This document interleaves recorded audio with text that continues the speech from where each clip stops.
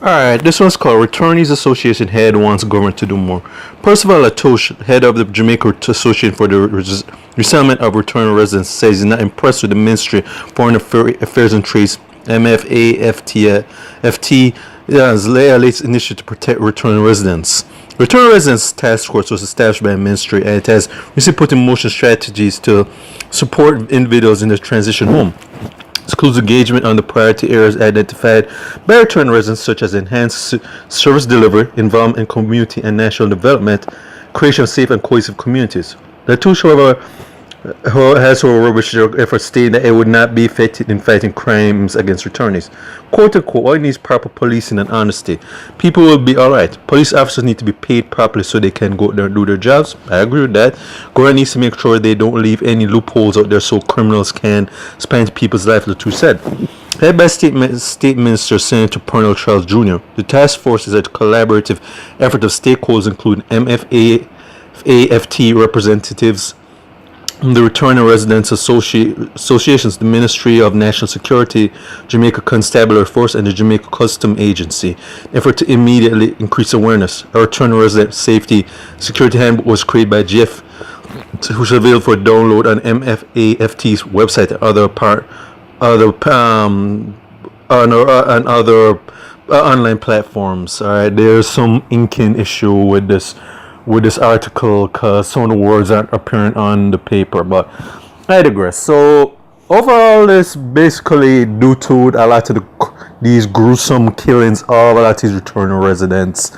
You can understand why Latouch would be would be having issues, because as you know, a lot of these stories where these returning residents try to build these homes in these areas, and then they usually get some people that they think they can trust, and when things go south, they and those return residents end up dead in a body bag, and sometimes the killer or killers get caught, but it's just really just been scaring a lot of these return residents who want to come back here because they're unsure of who they can actually trust, and it's terrible. I mean, like, and so they're saying that, which is understandable, they're saying that there needs to be much better better policies to ensure that this kind of issues. And I've tied this to some stuff I was saying, that this benign neglect policy, that bullshit's happening, because one hand happens again, these residents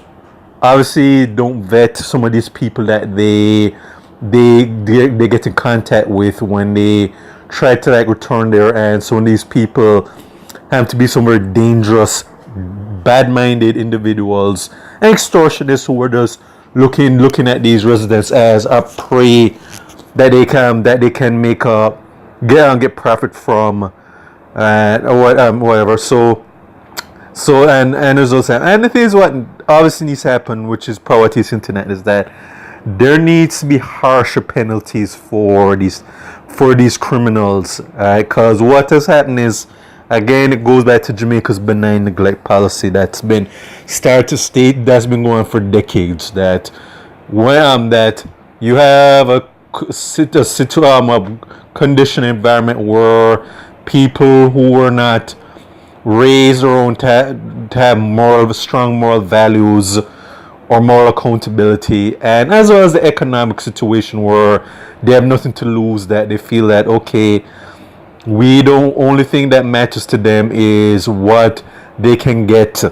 Doesn't matter who they have to hurt, and people and in the case of a lot of people who have to be hard-working, honest people, are not seen as people that they can work with or respect, but people that they can exploit. And as I said before, is that there need to be very harsher penalties for a lot of these criminals, right? Not just because they're hurting returning residents, but but overall, this is just a result of the Jamaica's benign neglect policies. That if you had a better system or culture of moral accountability and better economic standings, a lot of this would be cut down. So I understand where he's coming from here, but what I'd say to these returning residents is that vet who some of these people you work or you're around with. And yeah, some of them sadly are people you've known for years, so they could be your so-called friends or family members, But the thing is, just vet who you're dealing with,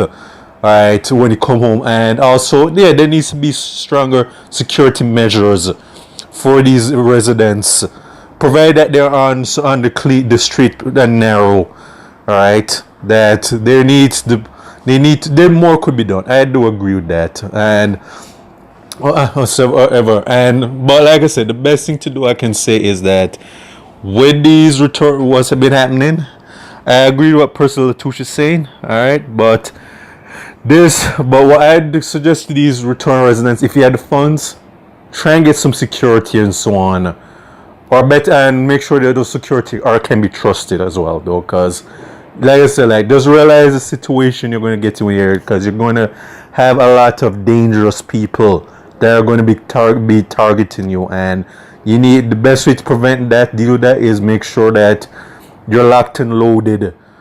So if they try anything, you know how to deal with them. But that's pretty much what I can say about this, and let's hope something's done about this. But a lot of these returning residents, if you have connections, right, sadly enough, you can't fully rely on the government, because a lot of these so-called people in authority are in bed with some of these criminals. Sorry to say that, but it's a sad truth. But that's pretty much what I say, and see how this turns out. So end this recording.